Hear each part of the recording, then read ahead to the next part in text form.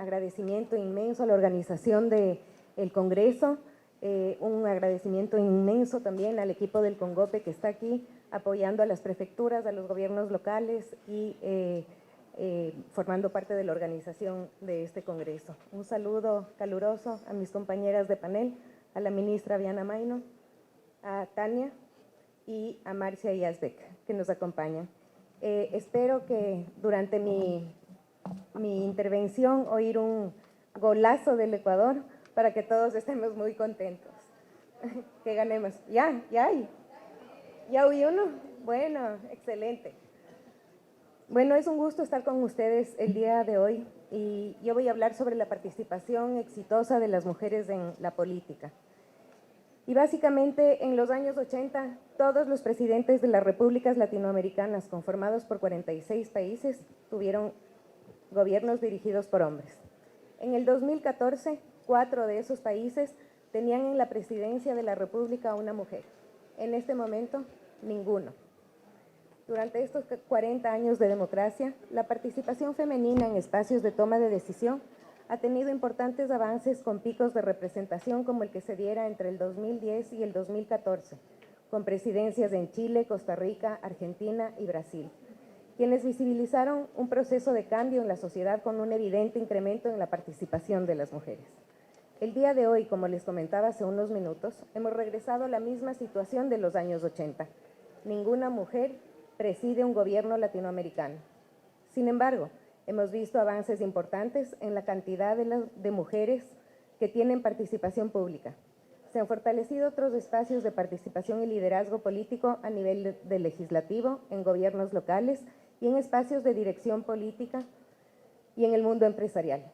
Por lo que la pregunta actualmente se debería centrar no solo en cómo aumentar la participación de las mujeres, sino en cómo mejorar la calidad de esa representación. Vinimos a discutir sobre participación de las mujeres en gestión pública, que como les decía, no se agota en la gestión de la presidencia. El trabajo en el sector público implica un amplio abanico de cargos con posibilidades mayores o menores de toma de decisión y de incidencia en las condiciones de vida de los ciudadanos.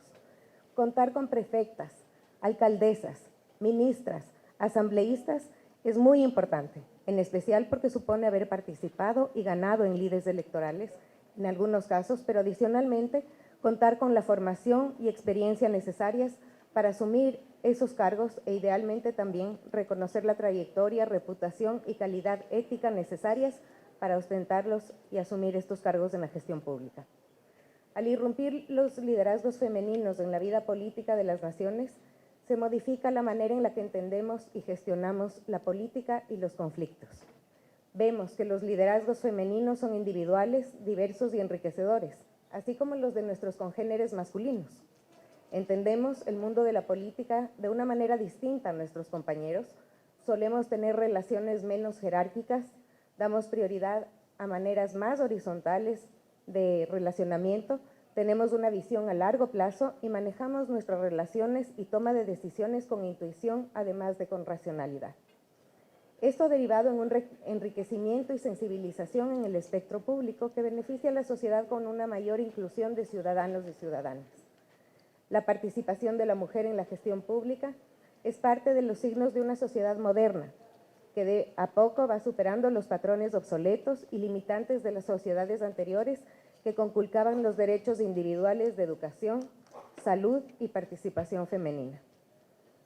En la sociedad preindustrial, los roles tradicionales de hombres y mujeres se enmarcaban en el cuidado del hogar como rol para las mujeres y como proveedores para los hombres.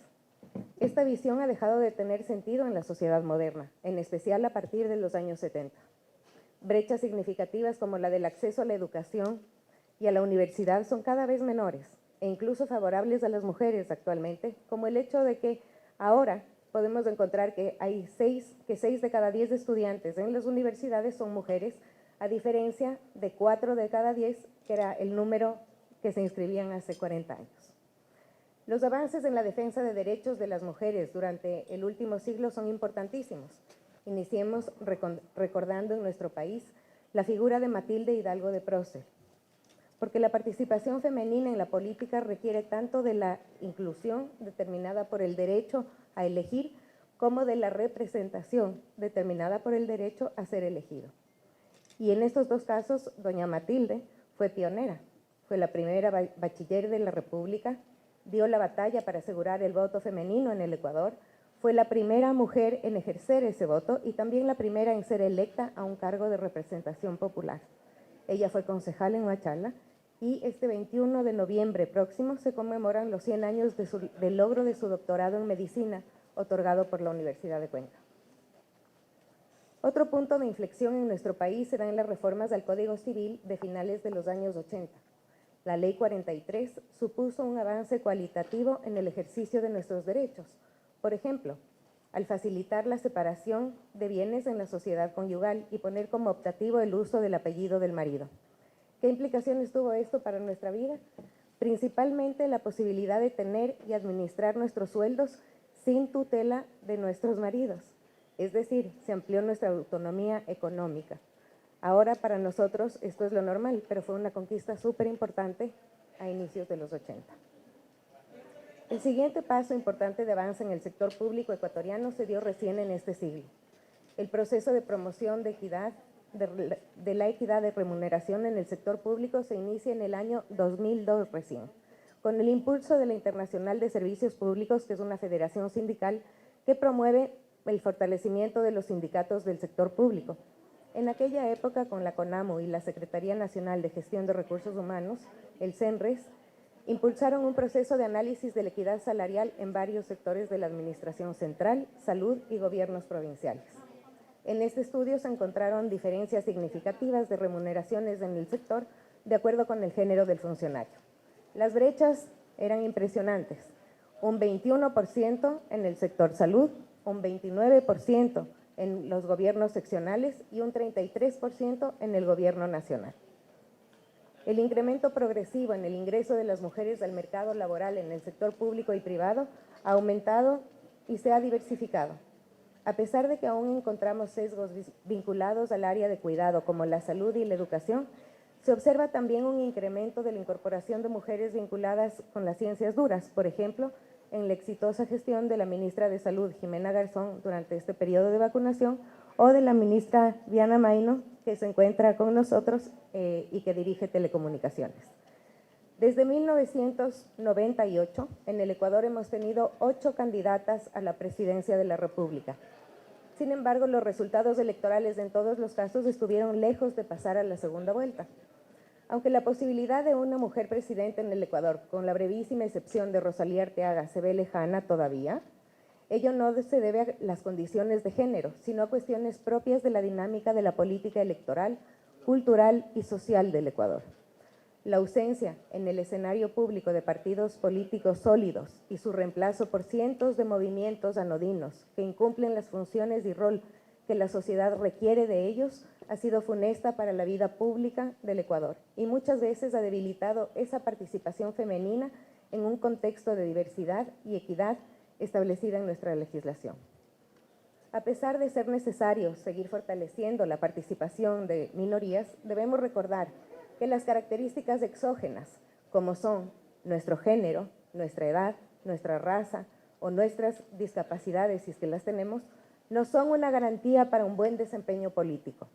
Hace pocas semanas fuimos testigos de la destitución de la vicepresidenta de la Asamblea Nacional por actos de corrupción y abusos de poder. Por ello debemos fortalecer no solo la cantidad de minorías que participan en la vida política, sino centrarnos en la calidad de esa representación. Son los partidos políticos los que deberían dar piso a una participación más sólida de las mujeres en la vida pública. La afectación a la calidad de la política se da por esa pérdida de sustento ideológico, de un marco común para sus miembros, de la promoción de liderazgos sólidos e íntegros, sean de hombres o de mujeres, y la necesidad de filtrar a candidatos y representantes de acuerdo con su trayectoria profesional, política y ética. Es primordial, mandatorio y necesario para mejorar la calidad de representación política en el Ecuador que iniciemos un proceso de depuración y fortalecimiento de los partidos y movimientos políticos para mejorar nuestra democracia. Cuando los partidos son dirigidos por mujeres, se reducen los prejuicios sobre la eficacia de las mujeres en puestos de liderazgo. Vienen a nuestra memoria los nombres de Angela Merkel, Margaret Thatcher e Indira Gandhi, quienes además de demostrar inteligencia, decisión y eficiencia, demostraron enormes cuotas de liderazgo también. La denotación de damas de hierro no es gratuita y se aleja con mucho de la imagen de debilidad con la que se solía asociar a las mujeres. El techo de cristal que se veía como un freno para que una mujer sea presidenta se rompió ya, pero todavía parece estar deteniendo carreras políticas y administrativas. No hay restricciones legales. Sin embargo, aún deben superarse las formas caudillistas de gestión, los prejuicios y la dureza con las que somos juzgadas de maneras en las que los hombres no lo son. Aunque suene reiterativo, el apoyar y fortalecer liderazgos actuales de mujeres es vital. Por ello es importante destacar que 4 mujeres alcanzaron la prefectura por voto popular en las últimas elecciones, en Orellana, Esmeraldas, Santo Domingo y Pichincha, con altas votaciones. A ellos se suman las actuales prefectas de Azuay y Napo, que asumen esa función desde la viceprefectura, lo que implica que en este momento 1 de cada 4 provincias del Ecuador tiene una prefecta mujer. Es un reto. Y Guayas. ¿Cierto? Y Guayas también. Tiene toda la razón. Es un reto del CONGOPE aportar a esas administraciones se conviertan en gobiernos territoriales exitosos, cuyos resultados sigan abriendo puertas para nuestras elecciones y liderazgos certeros y democráticos. Nuestra forma de trabajar, de tomar decisiones y enfrentar problemas es distinta entre hombres y mujeres por razones biológicas y culturales. Incluir a las mujeres en los procesos de toma de decisión ha mostrado con claridad que esas diferencias son válidas y conducen a mejores resultados, cuando complementamos nuestras características en pos de un resultado concreto. Ante la crisis del COVID, por ejemplo, puede decirse que los países donde el sector público fue liderado por mujeres tuvieron en general mejores respuestas, más efectivas e inclusivas, en comparación con otros países. No fueron indiferentes ante la ambigüedad de la problemática y el desconocimiento científico. Las jefas de gobierno de Alemania, la canciller Merkel, de Taiwán, la presidenta Tsai Ing-wen, de Dinamarca, la primera ministra Frederiksen, en Eslovaquia, la presidenta Kaputova, en Etiopía, la presidenta Seude, en Finlandia, la primera ministra Marin, en Islandia, la primera ministra Jacobon y en Nueva Zelanda, la primera ministra Ardern, han sido destacadas, en especial porque se promueven medidas más rápidas, sus mecanismos de comunicación son también más transparentes y empáticos con los ciudadanos y generan mayor cercanía.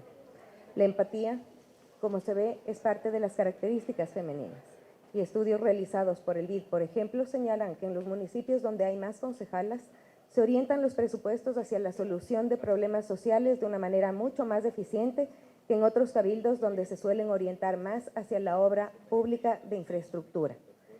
Sin duda, debemos superar nuestros prejuicios todavía y lograr que se equiparen las cargas cuando a la función de liderazgo político se añaden las obligaciones familiares. La relación mujer, trabajo, familia es aún hoy una difícil ecuación y cada caso es distinto. Separar o entroncar esas dos facetas, la familiar y profesional, es un reto permanente y no siempre posible para todas.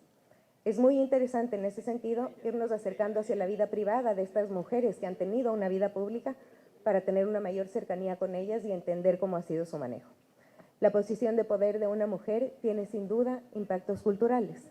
La relevancia de los cargos supone también una visibilidad y una carga. Esta función de espejo, por ejemplo, hace que niñas y jóvenes puedan ver como posible y atractivo el trabajo en puestos de dirección en el sector público o privado o en la política como espacios a los que es posible entrar y destacar. Pero también tiene su lado peligroso, pues en una mala gestión puede cerrar puertas y abiertas. Los últimos mandatos de mujeres en Argentina, Chile y Brasil concluyeron con duros señalamientos de problemas de corrupción política. La conducción de la Asamblea Nacional de nuestro país por mujeres no ha podido mejorar la imagen y la legitimidad de ese espacio. Por ello, es relevante destacar la importancia que tiene el ejercer la vida pública con honestidad, consistencia y tenacidad, siendo conscientes de que hay que mantener la entereza para enfrentar prejuicios y críticas con posiciones fuertes y consistentes.